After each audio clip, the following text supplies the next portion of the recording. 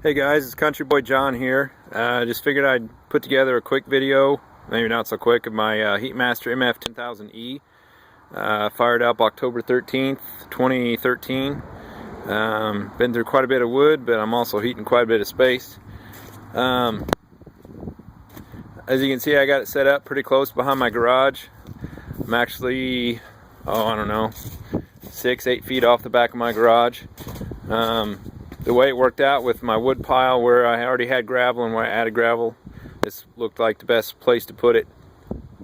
I just ran my 4 lines into the garage with a roof flange. Worked out pretty good, siliconed it up, watertight. Comes down, got my 4 lines coming in here. Pretty straightforward. 2 returns, 2 supplies. Just a regular 6-inch drain tile. I foamed up the ends so no rodents can get in. Seems to be working pretty good. I have snow that sits on it for, I don't know, maybe a few hours, and then gradually it melts off, so I'm losing a little bit of heat, but nothing too extravagant. I got everything on a dedicated circuit. I have all my pool equipment out back here with its own breaker, and I had enough room in that breaker that I added a specific a dedicated breaker for my stove equipment, so that in the event of a power failure, I come out here, I take off the cover, pull the 2 wires out, wire in a plug, and run it to the generator. Got another circuit that runs around here over to my hot tub that runs my Ranco thermostat here, and then it goes down underneath here. I had to put it underneath my deck because that's just where the in and out was accessible, and I use the word accessible very loosely because it was a pain in the rear end getting under here and getting all my valves set up. There's my heat exchanger over there. It's been working pretty good. I have a little bit of a leak on the tub side of the heat exchanger. You can see a little bit of crusties forming on there. I'm going to get that fixed here this winter.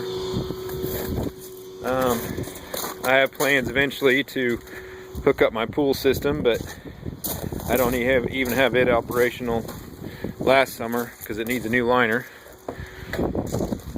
Coming back around this way, you can see my wood pile. Got a bunch of ash here, about a cord left. Before burn season started, I had 10 cords here, but it was mostly junk. I only had 2 real cords of hardwood. As you can see, next year is going to be a little different. I have probably 3 full cords of hedge right there. And the white stuff you see is hackberry. I think that's got a pretty good BTU rating on it. Made a coal connection, so I'm going to be getting some coal. And then around here is where my lines come into my garage. I got the 6-inch coming in the garage. That was where the roof flange was on the other side.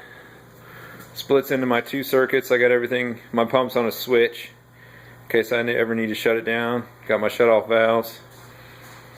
Comes up on the roof, and this is all exposed, so my garage stays a little warm. I got a tease set off there. I have a room above this garage with his own furnace that eventually I'll hook up. I got a heat exchanger sitting over there on top of the broken TV, and everything comes around here. This is the T-line for my hot tub. It goes down, goes through another homemade pipe just like the other one. I got the ends foamed. It's only 15 feet. It was under the deck, so there's no way to get under there and trench anything in, so I'm probably losing a few degrees on that run. And then it goes up into the roof space, into the breezeway, into the house for to go to my heat exchangers. I got one upstairs and one downstairs, so that's about it. That's my system. Thanks.